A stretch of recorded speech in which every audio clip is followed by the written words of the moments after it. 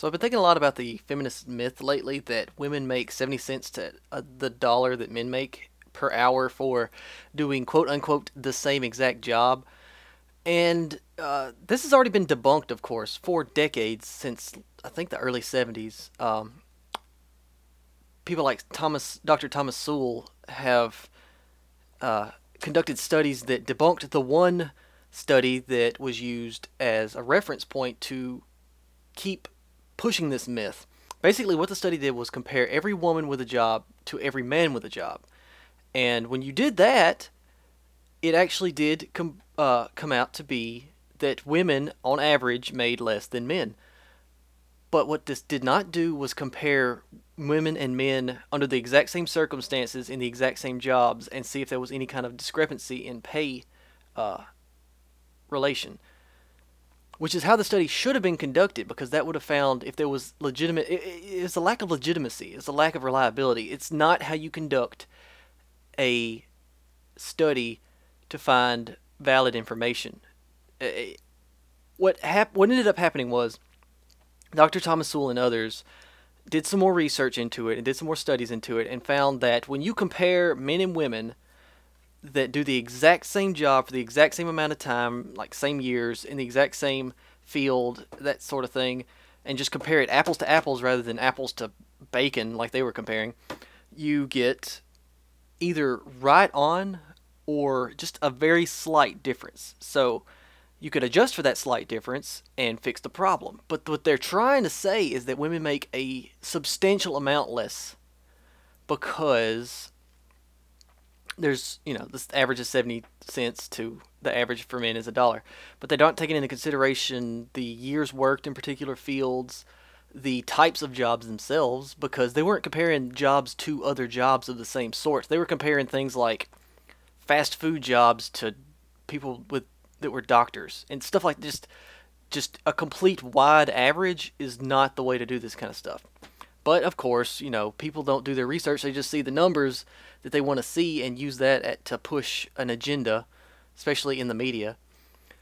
So basically, they're wanting all these bills and laws passed that could possibly fix the problem so that women could finally be paid as much as men, which they have been for decades.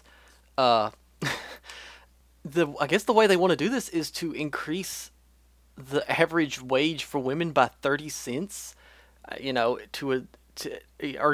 up the 70 to a dollar, so it's 100 to 100 ratio.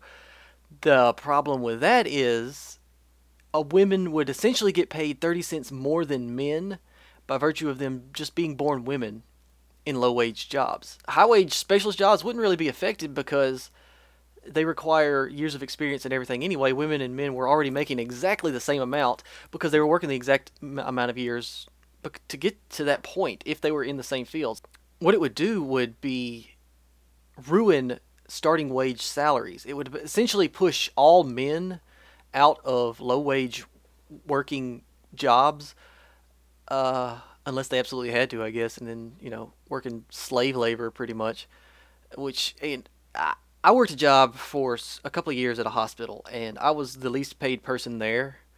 Worked a couple of years, and I never caught up with anybody because what it is it goes by your years of service and your relevant experience in the job, because that's how wages work. People that assume that the 70 to a dollar thing is true are people that have either never had a job in such a capacity and don't know how to compare experience and all that sort of thing, or they start a job, it's hard to them. They realize that they're not getting paid as much as this dude over here who's like always late to work and stuff. How is he getting paid more than me? Well, he's been here for 10 years, I don't know why he's still got a job, but he's been here for 10 years. Of course he's going to make more than you. So getting jealous of that is stupid. You need to use your common sense. But no, I want what he has, and I don't want to have to work for it, so I demand 30 extra cents to the dollar. What it would do is ruin the low-wage male workforce and create instances where women were the only ones working at pretty much any kind of retail establishment, any kind of fast food, anything like that. So I don't really know if that would improve in any way uh, women's rights, it would kind of make them look like lower class because they were working all the low wage jobs. What really should happen is people should be pushing for an acquirement of more relevant work experience and also a more specialized fields. See, the thing is, a lot of women go into uh, fields that aren't as high paying as men because men like to go into engineering, men like to go into computers, sciences, and the medical field still is kind of male heavy. And it's not because of some massive patriarchy overlooking everything, it's because women aren't going in there. There's nothing to prevent the women from filling those forms out to apply for jobs. And usually if they're qualified, they get jumped all over. They're like, oh my gosh, we got to have some women here because it's male dominated and affirmative action is begging us to diversify our workforce. But you have to earn it. That's the problem. Is people aren't earning things; they're just demanding them. Many feminists would argue that women have somehow earned this extra money for free without any qualifications, without any experience, just so that the national average could be 100 to 100 again.